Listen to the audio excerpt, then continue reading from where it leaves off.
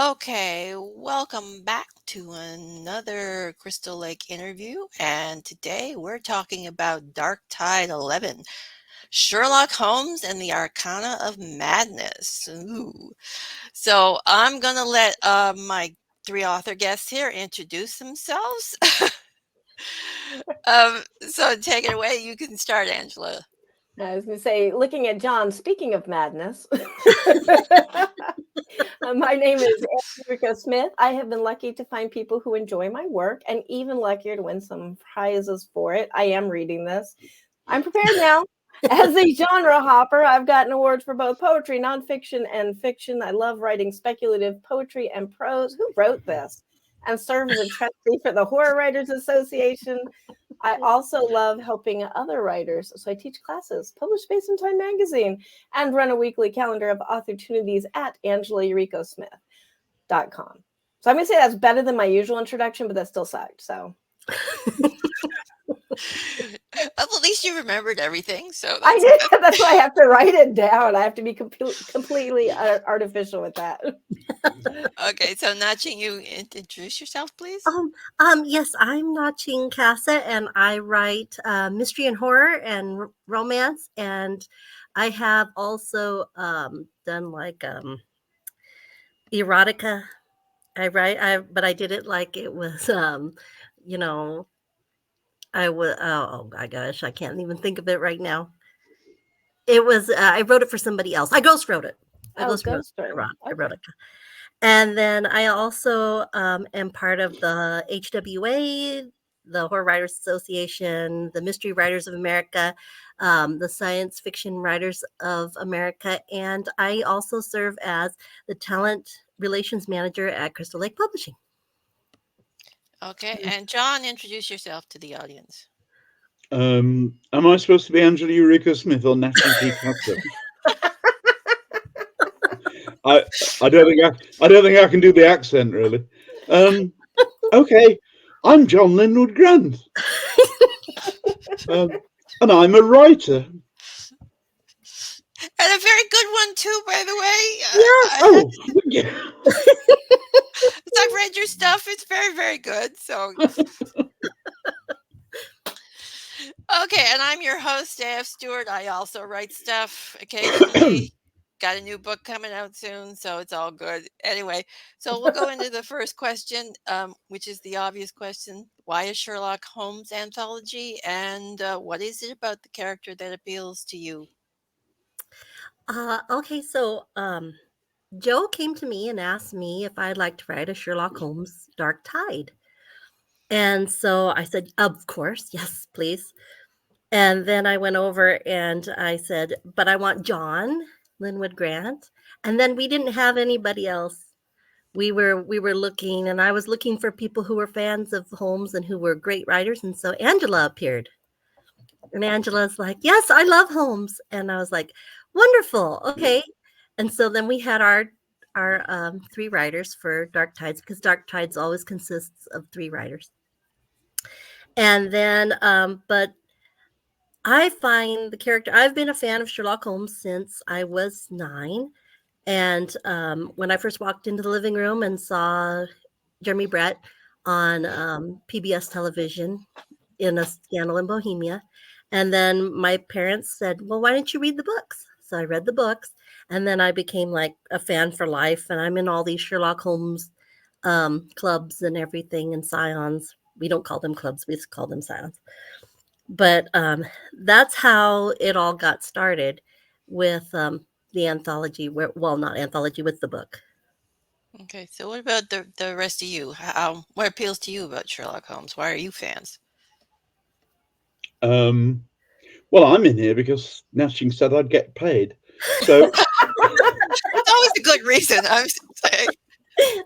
it was all terribly romantic.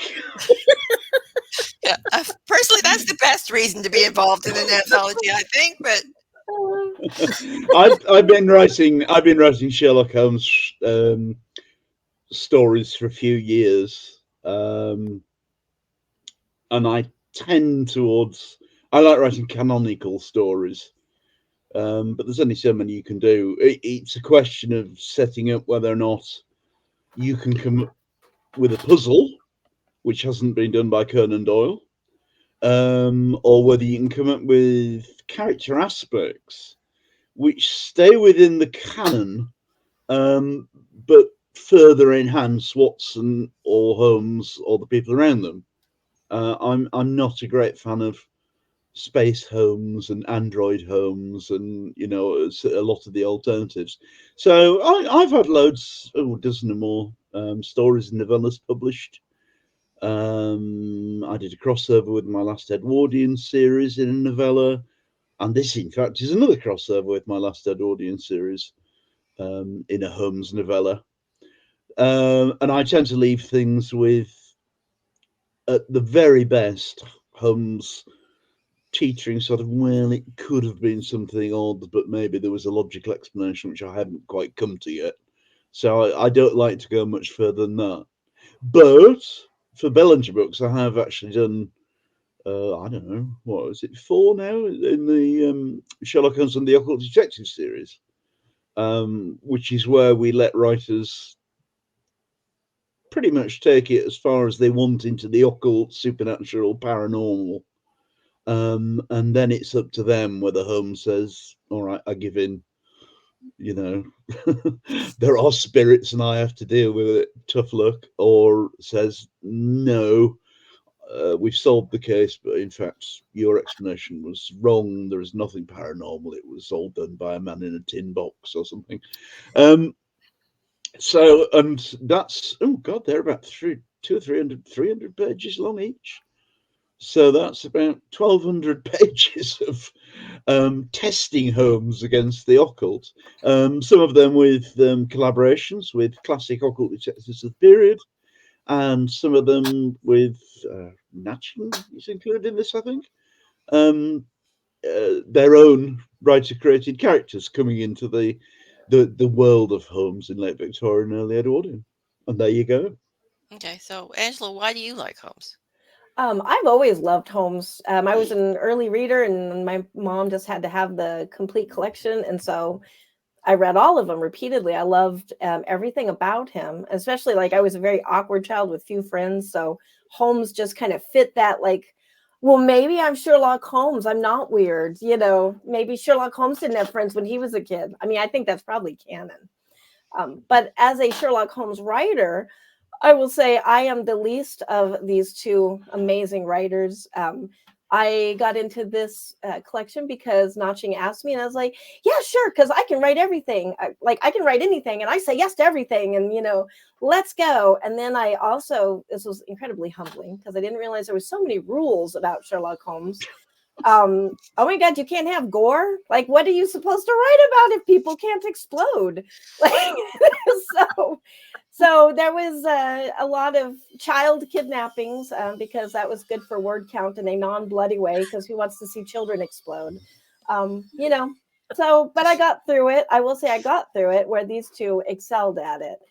So thank you, Naching and John, for letting me tag along in your Sherlock Holmes night. I mean, not nightmare. That's not what I meant to say, but no, it was definitely an incredible challenge to me to do this. But I'm happy. I'm happy that I got it done, and I learned so much. And no, I cannot write just anything. But she did wonderfully. She did Oh, wonderful. thank I've read you. both. So I've read kind. both stories, and they were terrific. So. Okay, Uh, so Nachi, you can start with this question. Um, give us an overview of the novella. What's it about? What can readers expect when they read it? Well, they're going to find 3 very different stories, but that are they are let's say connected by these tarot cards that were created by Richard Dadd, the infamous artist who murdered his father. I didn't even know about him until John brought him up, because John is the one who came up with the theme when we all got together in our little Facebook group and we were talking. He came up with a wonderful theme. I never even heard of Richard Dadd, so I did all this research and everything.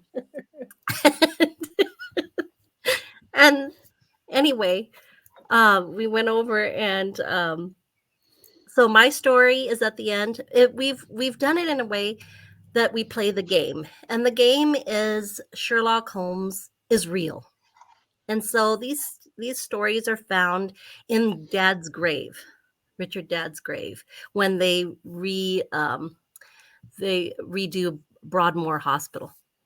And he goes over, well, we go over and we have these stories that are all involving Dad and these tarot cards that he created. And so you have John's is first, and he talks about his character, Catherine Whitehead. Is it Catherine Whitehead? Weatherhead. Weatherhead. Catherine Weatherhead, and she's one of his characters, and she interacts. You should read it. You should read it. It's quite good. Yes, It is quite good. Yes, and then you should go read the other book she's in too. Just saying. Also quite good. and then so it's called A Promise of Blades. It's wonderful. I'll let John talk more about it.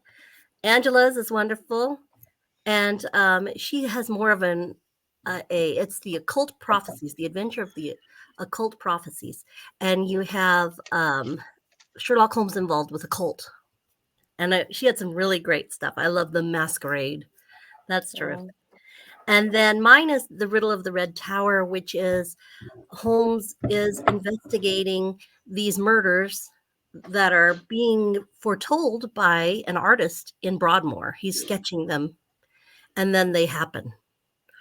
And so that's an overview of how the book is. Okay, so John, tell us a quick overview of what your story is. Well, in a lot of ways, it's a sort of follow-on from my novel, The Assassin's Coin, a couple of years ago, which featured Catherine Weatherhead, an old woman who ended up in London trying to make her fortune as a psychic. And she has a gift, but it's unreliable and it's unusual, and often quite specific. So without giving away the original novel stuff, I mean, basically this follows on about 7 or 8 years later. And she has no particular interest in mysteries or Holmes or anything like that. But certain things happen in London town, which means that eventually she forces herself to get in touch with Holmes and say, "You're not going to believe anything I say, all the reasons for it, but something bad is coming." And I suppose the easiest thing I can say is that Watson is the sort of oil between two wheels. He's sort of interested, sort of curious, and semi won over by Catherine Weatherhead, who acts as Madame Rostov, a faked Russian presence when she's doing psychic work, because it gave the rubes more. They said, "Oh, that sounds good, Do you want to come and get your fortune told by Catherine Weatherhead?" "Nah, she sounds common." "Do you want to come to Madame Rostov?" "Oh, yes, Madame Rostov, I come to her." So she runs those sort of two personalities, and basically she gets drawn more and more in, and Holmes has to think, well, oh God, this information is really useful, and I want to shout at her, but I won't because I need this stuff. And so they end up working together. Okay, so Angela, tell us about your story. My story kind of got hijacked a little bit because of all the rules of Holmes. Besides not people exploding, I kind of wanted to make Holmes the Antichrist in a occult way. And so that's honestly where I was going, where Holmes winds up being the devil card. And then I kind of found out that rules of canon, Holmes can't be the Antichrist. So I toned way down on that storyline. But secretly, now you know. Okay, actually, I would love to read that story. You should actually write it, canon or not. Well, when John said that about you could write it with the occult, I was like, oh, yes. The second version of this, Holmes is the Antichrist. How does he know all these things? How is he seemingly so omnipotent if he's not the Antichrist? That's what I ask you. Because we know he's not Jesus, probably. So there has been a trend in recent years about mixing the occult and supernatural into Sherlock Holmes. But I'm just curious as to why you went with the tarot cards as your theme, your underlying theme for the book, and what particular aspects of the tarot card did you draw into your stories? Well, I started. John was the one who came up with the tarot cards, and so I'll let him speak to that. But mine is, we all decided that we would have a different card, and mine turned out to be the Tower, which is one of the most destructive cards in the deck, and is also one of the architectural types outside Broadmoor Hospital. So, and it's a red tower. So that's why I chose that particular one. And it's also about the mental illness that not just the people in Broadmoor are experiencing, but Watson as well, with his he has PTSD from being wounded at Maywan. So that's what I did with the tarot card. Okay, so John, tell us about the tarot cards. Well, I was more interested in Richard Dad himself, actually, in his artwork, but I was looking at the possibility of what was there, because there was still some of his work up in Broadmoor, and I wondered what he could have done which wasn't quite so well known or obvious. And he's a miniaturist, basically. So I imagined him designing tarot cards, and I based the story around the sort of thing. Which story is this? No Daleks in this one, were there? No. Right, go swords. That was it. Around the suit of swords rather than around the major arcana, because of the swords being related and representing intellect and aspects of the intellect, which I thought was ideal for Holmes. And it all sort of slid into place as the suit came forward. Okay, so how did you play with the tarot cards, Angela? I actually was the rule breaker, and I decided not to just use a single card, but instead of reading. And at the time when this was coming, when we were doing this, like in the foundations of it, I was really intensely studying tarot reading. And so what I kind of thought is tarot is a story. When you lay out the cards in this pattern or that pattern, it's telling you a story. So in mine, I'm trying to tell the story by selecting the cards ahead of time. Of course, mine are trying to tell the story of Holmes being the Antichrist, which I backed off on. But that was essentially the story that I was telling through the cards. So I love the Richard Dad idea. By the way, John, and I really want a Richard Dad set now. Like that has to happen. Oh, I think they're I free think that would be a domain. great idea. I'm Yeah. also hoping that we'll be able to do a sequel to this, something like Sherlock Holmes and the Monopoly Madness, and Watson goes to Jenga, and I mean, there's a whole games detective mystery genre building out. Great. Yeah, well, maybe next time you can do it themed about whist or something, or bridge. Or the I Ching. The I Ching would be good as well. Yeah. Holmes with a yarrow stalk in his ear. Instead of his pipe, he's got the yarrow stick stuck out under the Quillen nose. That's actually what those are right there, is my yarrow sticks. There we go. I once went out into the marshes outside the city of York and cut myself yarrow stalks for an I Ching reading purpose. Yes.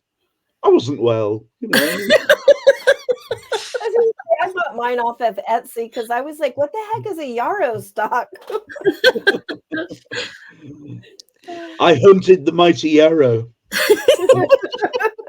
and survived, which I think, really shows true pluck. Does show something, John. My beard's not symmetrical. And I've only just noticed. That's really annoying. Okay, so I mean, you mentioned Richard Dodd and the research you did into him. So, are there any other sort of interesting tidbits about Victorian era that you found when you were researching your stories? um, oh, I did a lot on Broadmoor and how it looked and how it was, and even into Bethel with his Bethlehem State Hospital, which was also known as Bedlam. And they have those things like, I think there's a Boris Karloff movie, and they painted the girl with gold, or they painted people with gold. And if you don't leave a section of skin at the back of the base of the spine open, you'll suffocate. So if you see that part in Goldfinger, that's real. If you don't have your skin, at least one piece of skin, you can't breathe and you will suffocate. And they found that out in Bedlam. I can actually tell you that I know that's true firsthand, but I don't know if I want to admit why I know this. Oh. Uh-oh. Angela, let it all out. Yeah, I do believe someone actually tried the gold painting from Goldfinger and did almost, or maybe did suffocate because they didn't leave that patch of skin. So yeah, it is true. 'Cause there's actually a true life case where that actually happened or almost happened. I'm not sure if she survived or didn't survive, but because I can't remember. It's been so long since I read the story. But yeah, it actually happened in real life as well. Yeah. It can also be antibacterial soap. It doesn't have to be gold paint necessarily. Pretty much any viscous thing that does not allow your skin to breathe could be fatal. Don't try this at home, kids. Okay, so don't use too much antibacterial soap out there, people. This is a tip. That's what I learned from the Victorians. I know. Don't drink liquid silver, kids. and don't put arsenic in your wallpaper either. That's bad. Very bad. Oh, speaking of arsenic, a fun fact that I just found out for those of us who collect old books, which is probably everybody in here, if you have the really beautiful green cover, those are actually dyed with arsenic. So don't touch those and lick your fingers. Yeah, today found that out. The Paris green color. Mm-hmm. Yep. I was like, oh, yeah, it's a good thing I don't lick a lot of books. Yeah, just don't lick the green ones. Oh, you might also want to avoid the blue ones too, because they could have cobalt. Oh, pretty much avoid anything. Don't put anything. The red ones could be cadmium. Don't put, so lesson, children, do not put any old Victorian objects in your mouth, ever. It's probably poison. That's probably a good idea because most of them are probably have lead in them too. So, but what I learned was all things in the Victorian. So that's why people couldn't explode, because they were all poisoned from the surrounding areas. Yeah. It was in all their pickles as well. Until they it was weren't only the appliances that exploded in the Victorian era, so not the people. Although the people probably exploded when the appliances exploded. Yeah. So. Although that was closer to the Edwardian eras when the exploding appliances happened. This is true, by the way. They had their stoves and the first fridges actually exploded. Oh my goodness! I am really resisting the urge to go to Google right now. It's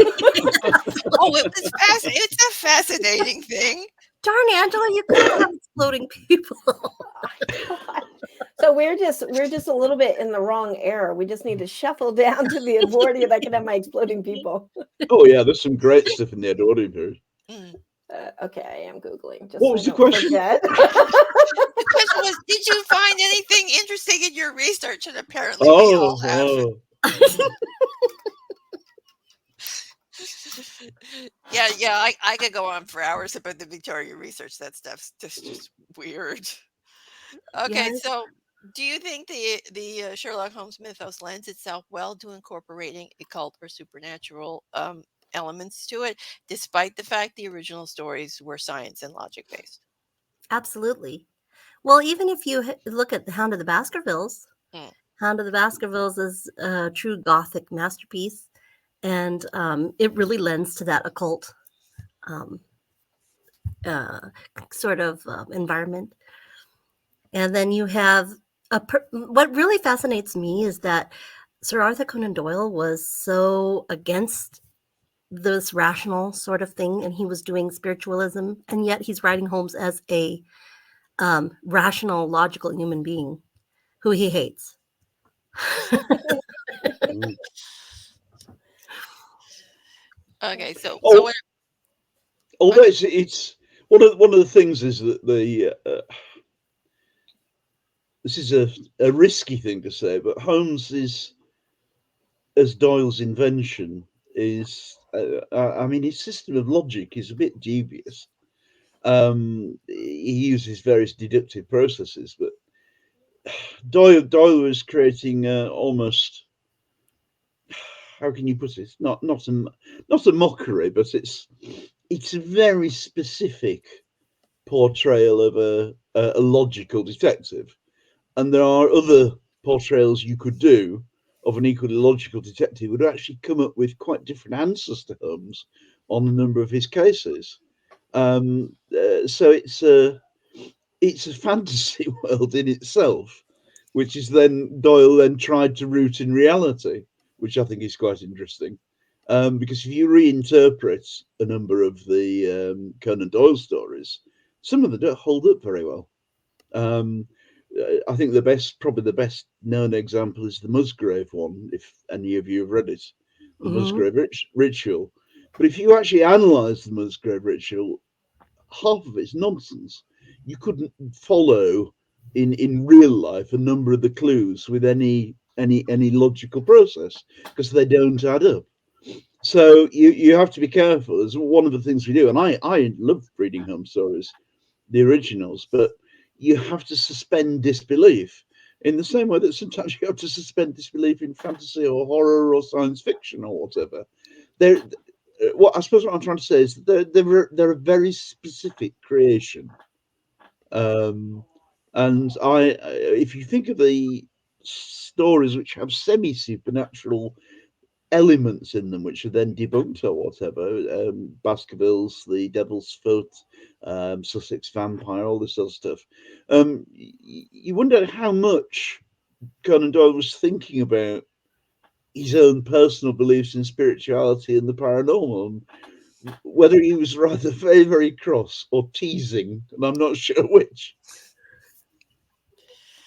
yeah. Possibly. I mean, but Doyle himself, I mean, he believed in the supernatural and the mediums and mystics and whatever, but he also did his own investigations of phenomenon too. I mean, they weren't exactly the best investigations ever, but he did make an effort to be a paranormal investigator. So Mm. that may be what he was using in those paranormal stories with Sherlock Holmes. Yeah, there's also two strands, really. Is that a number of people in Conan Doyle circles and the Psychic Research Society, the spiritualists, one strand of them really believed this was an unknown science and that it only needed unwrapping, testing, trialing, repeating, and that there was an entire, in its own way, an entirely logical process going on.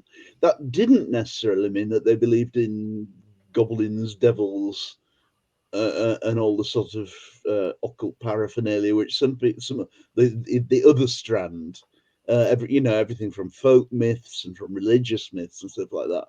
That wasn't necessarily the belief pathway of people who were investigating spiritualism as a genuine phenomenon with logic to it, which hadn't yet been fully understood and written down.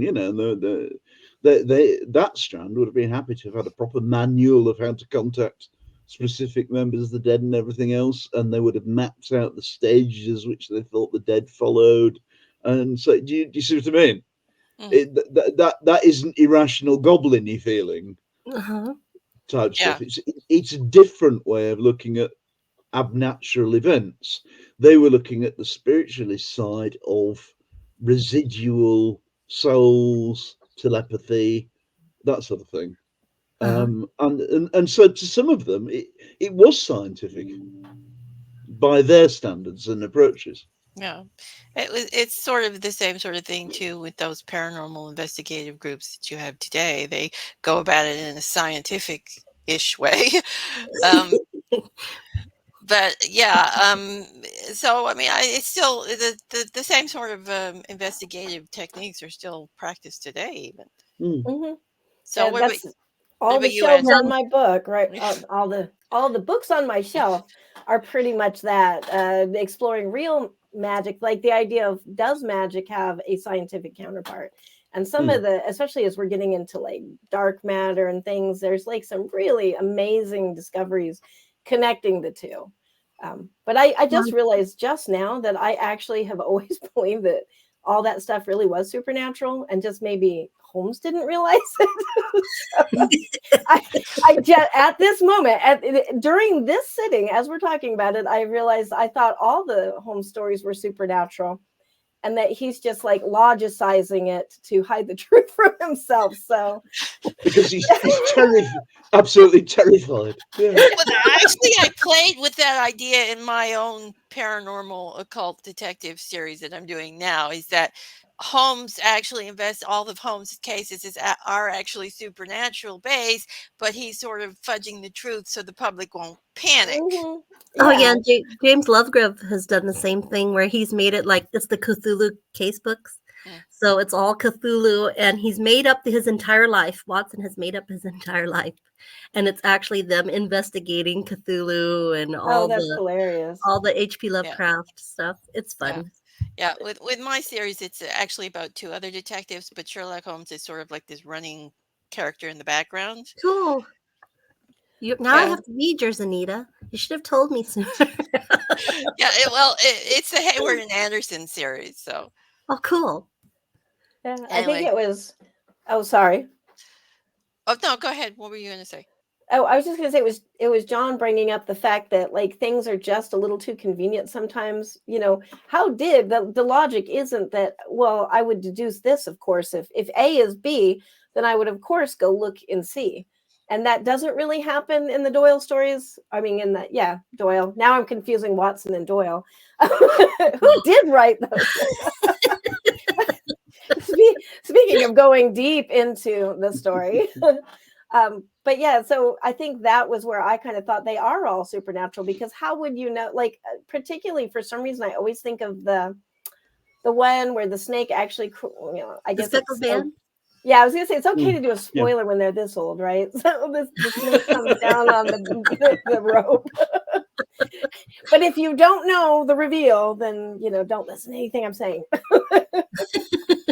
So, and I just always thought, it was supernatural. Holmes is just denying it. So until this moment. Best not to talk about the Titanic then. I won't give the ending away. I actually haven't seen that, but I probably never will. I haven't seen it either, but yes, it has been spoiled for me. Yeah. I've heard rumors of what happens. Yeah, I mean, I don't think you can go on the internet back then or anything. Even today, you can see the little memes everywhere. Yes. Okay, so you touched on this already a little bit about the Sherlock Holmes canon and the tried and true tropes of Sherlock Holmes. So, which ones did you incorporate into your story, and which ones did you ignore or didn't want to deal with? I ignored the creeping man kind of trope, the like the scientist who isn't experimenting on himself. I ignored that one. Because that one I've always kind of found kind of ridiculous. But I mean, they were really doing that at the time, really experimenting with monkey glands and everything. But I didn't incorporate it here. I stayed trying to as true to the tropes as I could, with as canonical as I could, because I've always liked that kind of home story. I don't like the ones that go too far afield. But I'm more accepting than other people are of those. But there is two types of Holmes fans: the ones that want the canon, and the ones that are okay with it not being canon. So yes, they're like, I mean, they're putting Benedict Cumberbatch in to the stories. So yeah. Careful what you say. Doesn't bother me at all, but there's some rabid people out there. Oh yes, there are. There are. Okay, so Naching T. Kassa does not represent the views of the rest of the I was thinking, wow, Let's they kind get of it have a into my crush on Bishop. disclaimer.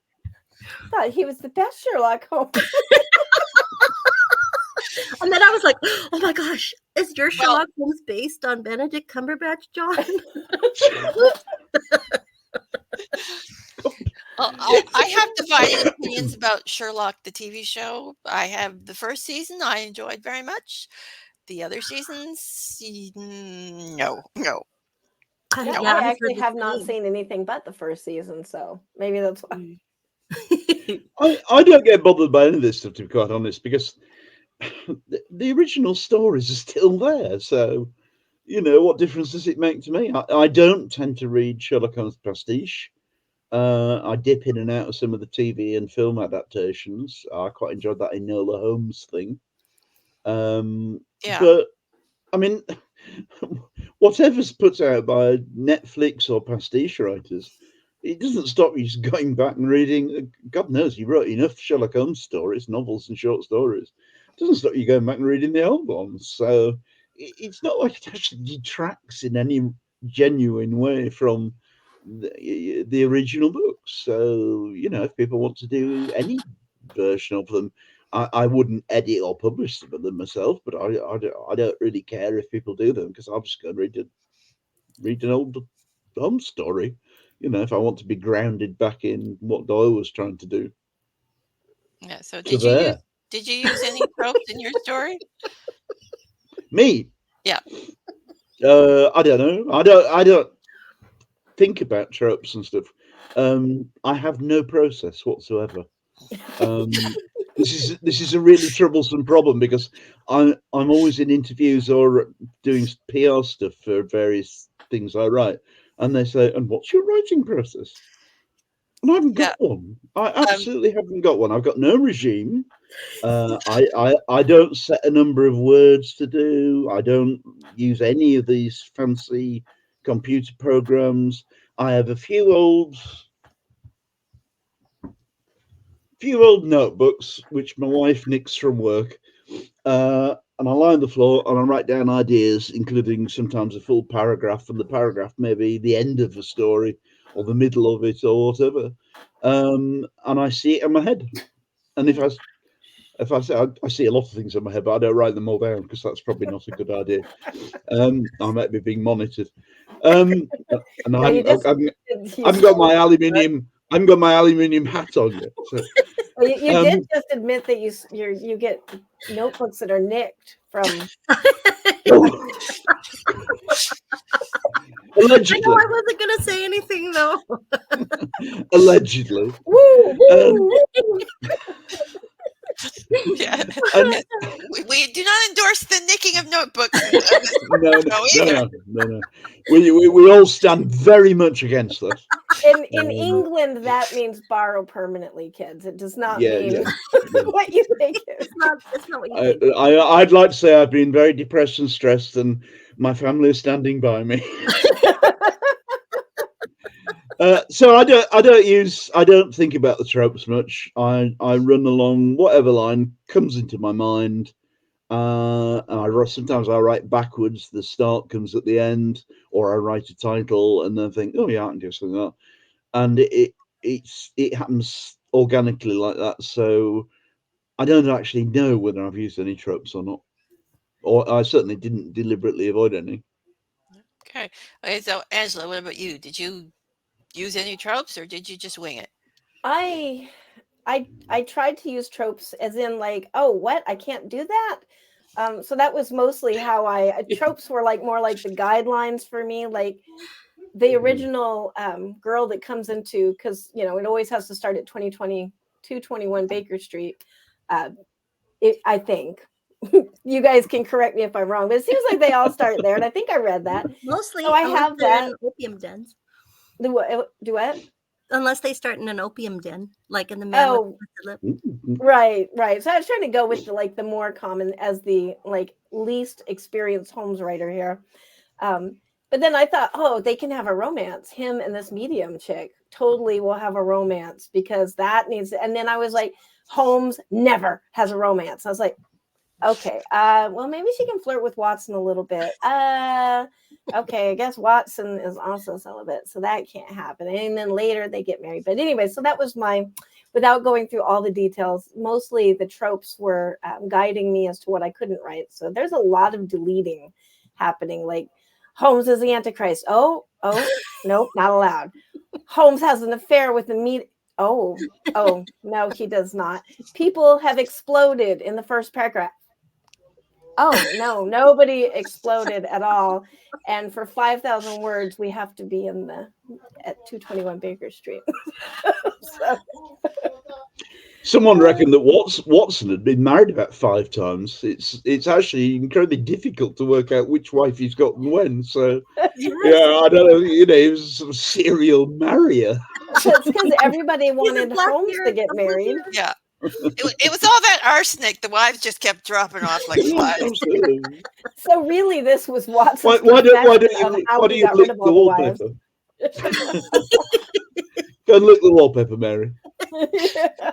Or that green book. Yes. Okay, so what is it about Sherlock Holmes, in your opinion, that fascinates people even today? I think it's because he is so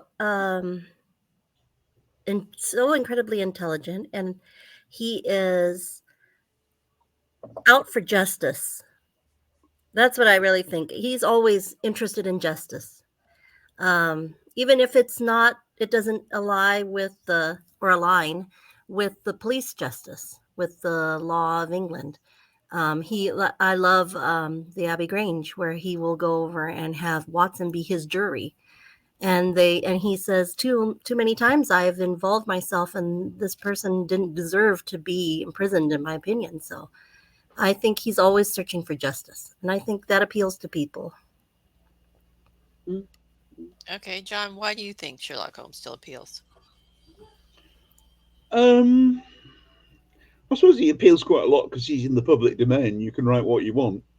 But I'm not entirely sure. I find it. I'm sure I was talking to Naching and Angela a few weeks back. It always puzzles me quite why he's so popular. I think there are some people who just actually like the concept of a good puzzle and want to see if they can work it out or do it themselves before Holmes does. And I also think there's a certain amount of safety.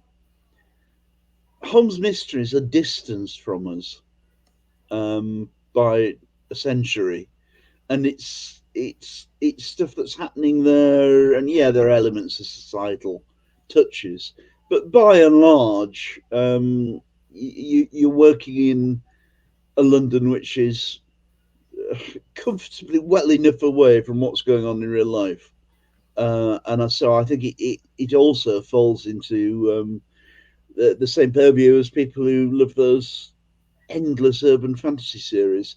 You can lose yourself there, and you can lose yourself in Holmes's London and his adventures, and completely walk away from whatever the dog's done on the floor and your health and anything else, In fact, I was almost missed this because the dog's just eaten the HDMI lead. And I had to stop and try and connect the telly up so my wife could watch football. True story, that. Biscuits? Not a very interesting true story. Well, we're riveted. Dear little biscuits. Yeah, all the dog lovers will love the dog stories. Don't worry. As somebody who cleaned up dog vomit this morning. Yeah. Well, he chewed the end off. He chewed the end off the only cable which should reach between the television and the box set. So it was a bit. He just lasted quite a lot. But so I think for some it is a certain amount of, oddly enough, escapism. I might be wrong. I Okay, so often am wrong. what about you, Angela? I was wrong last Tuesday. You were wrong when you left that cable down where Biscuit could get it. yeah. You're right. I think it's a lot of lack of control that we have. There's so many things, especially now because we have so much social media and so much, something happens across the world and we know it like that. And we're constantly questioning what is real, what is not real. Should I do this next Tuesday? If I eat, if I lick this book, will I die of arsenic poisoning? So we constantly have all these questions, but not Holmes. Holmes knows. He can look at his environment and he deduces these truths in a way that almost seems supernatural. But, or could it be? And I think that we crave that. I know for me as a kid, I grew up with ghosts, like ghosts were real and, ghosts are real in my experience. And so there was always the questions of, well, what does that mean? Do you do this thing on Friday or not? Because the crow flew over at this time. I should mention my family is mediums on my mother's side back in Okinawa. So Not we did crows. grow up with that. Yeah. I don't know what the birds are there, but there was just a lot of like symbolism that was mysterious, but it meant something, but you had to divine the meaning.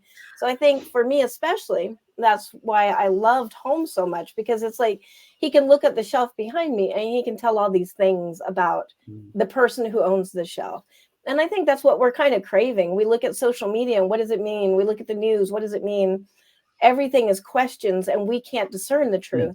So we crave that ability. And I think that's what we kind of look for. That's why he's enduring, I think, because things are just getting more confusing as we progress and evolve. Is that a good word to put? But here is this person that could look at a feed and discern what is the truth out of that. And I think that's, maybe going on Naching a little bit. We're looking for the truth. And also, I think that follows with sort of what I was trying to get over the comfort element. The comfort of having a character who can actually make sense out of things when the rest of us can't. Yeah. We just want to ask Holmes, what's going on? Who did that? Who got me fired? Holmes would know. Who was my husband having an affair with? Holmes would know. He asked the spirits possibly because he's the Antichrist. So, okay. And I'm sorry, I probably have been banned from all the Holmes fans. Like, they just don't ever talk to. So do read this book because I have followed the rules in this book. I had John and Naching to make sure I followed the rules. So. Okay, that's actually a very nice segue into the next question is, what did you find difficult about writing your story? Were there any problems that you had with characters, plot, etc.? And we will start with Angela, because apparently she had lots of difficulties. Exploding people, no sex, apparently. Not that I really put that in my book, but I think I've got like a little thing for, Cumberbatch, but also aka Holmes. So I thought it'd be kind of cool to ship him in a medium, but no. Not a lot of supernatural elements that can be verified as supernatural, just things like that. I think following rules was a difficult one for me. It's often a difficult one for me, though, in all things. So, but I did have excellent guidance here to help me do that. So thank you, both of you, and for tolerating me. And, Okay, so Naching, what did you have difficulty when you were writing the story? I think not so much with writing it, but I had to write it at night when my kids were sleeping and the dog was asleep and everybody was asleep. So that was finding time was probably the most difficult. I didn't really have any difficulty with it. Well, you're an old hand at this Sherlock Holmes stuff, so you can say waiting on Angela Naching. It's okay. You can say that. Angela, are you done yet? Angela. Deadline whoosh past so long ago. Angela, hi, Angela. Are you done? Okay, so did you have any difficulties with writing your story, John? Well, not really with the story, but one of the problems is that I chose to involve historical fact around the Golden Dawn, pre-Crowley. And the difficulty there was in there's an awful thing about research for period books is that there's a danger you just put it all in and it becomes incredibly tedious, like a textbook. And so I did have some problems in determining what to mention and what to leave out, because quite a few of the characters in the middle of my book are real people. And trimming carefully was an issue. I did say to someone who was reading it, is it just too much like a recounting of the people who are involved in the various machinations and complications of the Golden Dawn and how that worked out? And they said no, they thought it got right. So we'll see what the readers think as to whether it's too info dense. Because in introducing the whole concept of what the Golden Dawn was up to within the novella without taking up too much space was a bit of a challenge. He did a marvelous job. It was marvelous. I thought so. Okay, so what was your favorite part of writing your novella? What part really stuck in your head as something special? Can I say finishing it? Yes, perfectly good answer. I believe what I said was, "Oh my God, I'm done! I survived Sherlock Holmes." Okay, so go ahead. I don't know who was going to go ahead. Will you guys go ahead? You go ahead, John. There, I've made the decision. Oh, I don't know. I've written such a lot of this stuff. What was? I don't know. I suppose getting away with it, or feeling I'd got away with it, because of the crossover with my Assassin's Coin and stuff. And I sort of had to judge at the end. Does it actually work? Because I've written 20,000 words. I mean, this is 30,000 words nearly. I've written 20,000 words before I thought, oh, well, that doesn't work. That's stupid. What a stupid thing to write. Don't do that again. Go and write something else once. Bad writer. So I got to the end and thought, I should get away with that. So far we have, I got away with that, and yes, it's done. How about you, Naching?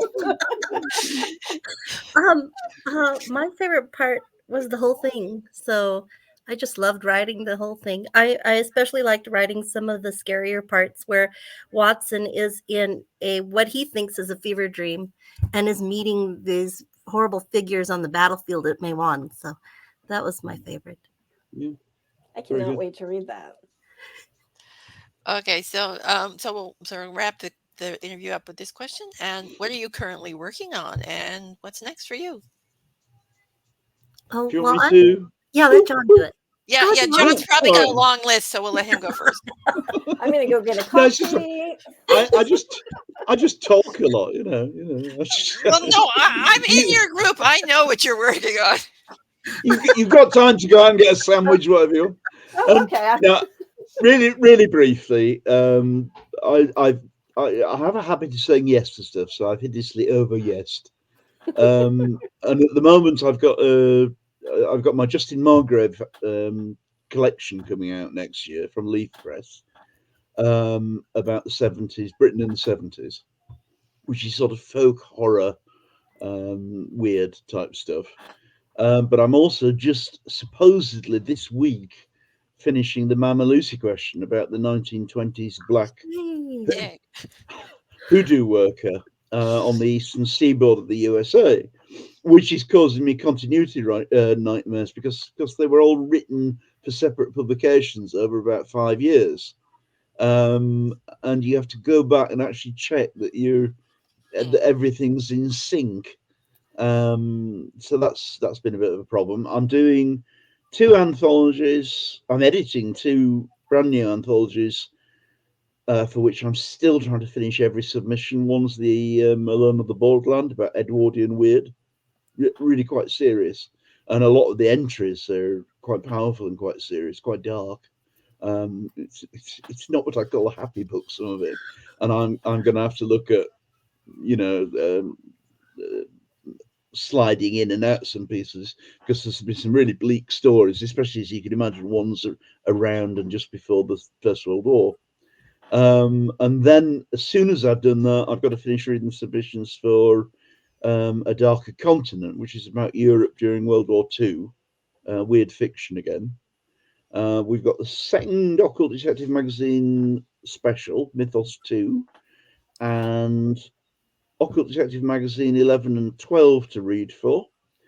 And I think I have other projects on as well, so I'm a bit chaotic and a bit stressed. And I was going to actually drink loads of wine while I had this interview, but I've been a really, really brave boy and just drunk tea from my lovely tea mug. So I'm building up this fantastic tannin layer, which I really like, and which everybody else seems to think is quite gross, but I see it as a cultured problem. So yeah, I've got tons on, and I'm late on reading stuff that people have asked to do blurbs on, and books that I said I'd have a look through in case, you know, that sort of thing. So my biggest problem at the moment is I just don't have time to actually write any brand new stories outside the collections. Yeah. Okay, so what about you, Naching? What are you coming up? I'm writing Sherlock Holmes stories. So I have 3 coming up that I'm working on, and 2 are young Sherlock Holmes, one where he's 11 and one where he's 17. Okay, what about you, Angela? What's coming up for you? Speaking of chaos, I decided at the last second, probably about 2 days ago, that I would publish In Eugenie, which is the book that I wrote 2 years ago. And that is actually about World War II. I'm not going to look at John's camera right now because I get nauseous. I had to let the dog out. Biscuit. Oh, no, it's like they're breaking the fourth wall, John. Yes, Let's clean ourselves.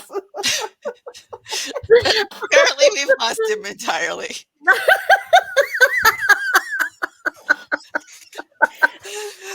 Anyway, but we did have the obligatory dog sighting, so that's something. There we go. Anyway, back to what you were saying, Angela. I don't know if I can follow up with that. So yeah, speaking of dogs, I'm writing or publishing In Eugenie. I'm in the edits right now, and I'm going to publish it as a YA and as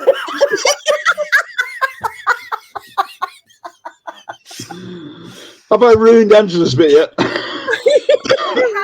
How do we know that you're really John Linwood Grant now? Because I saw the whole fourth wall get broken, and suddenly you pop back in like you could be an imposter.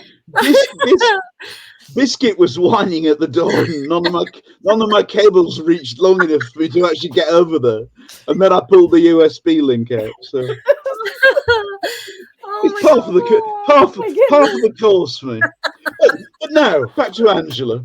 Yes. So anyway, does anybody even care after all? We do. And yeah, you have to keep this in. Don't worry, Joe won't mind. Of course we do. Oh, I'm not editing this out at all. This is hysterical. Keep it in. Okay. I'm a serious writer.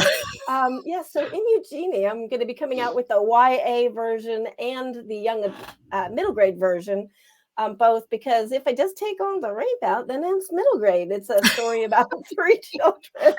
That's how it works, right? Yes, take out the exploding people and the rape. Yeah, I have taken out all the gory scenes, which now brings it down to a 20,000 word middle grade book. But yeah, so I've decided just on a whim, which is kind of one of the beautiful things about being self-published, is you can be like, you know what I'm going to do next week? I'm going to finally publish that book. So that's what I'm working on while we're doing the magazine. So we've got our next issue of Space and Time coming out at the end, like probably mid-November to the end of November. We're waiting on the art now. And then I have some anthologies that I'm publishing through Yuriko Publishing next year. And possibly a poetry collection with Maxwell Gold called Mobius Screams to follow up Mobius Lyrics that we published last year, I think. But we had so much fun with that whole call and response thing. We're going to do it again. Except this time I said, we have to get dark. That's why it has to be screams. Yes, exploding people will happen. Okay, and I'm going to give a little plug to the book that recently came out for me, Fairy Tales and Nightmares, which is the sequel to Visions and Nightmares. And it's 9 stories of fairy tale retellings told through horror, mythology, and history. Which is in my Kindle right now. Oh, that's very nice to know. Anita, you're like, oh. And Wait. I'd like to thank you all for being our guests today because it was a hysterically funny interview and I enjoyed every moment of it. And that's it for us for Dark Tides. Go buy Sherlock Holmes and the Arcana of Madness. They're all wonderful authors, and the stories are going to be great. So, bye for now, everybody. Thank you very much. Bye.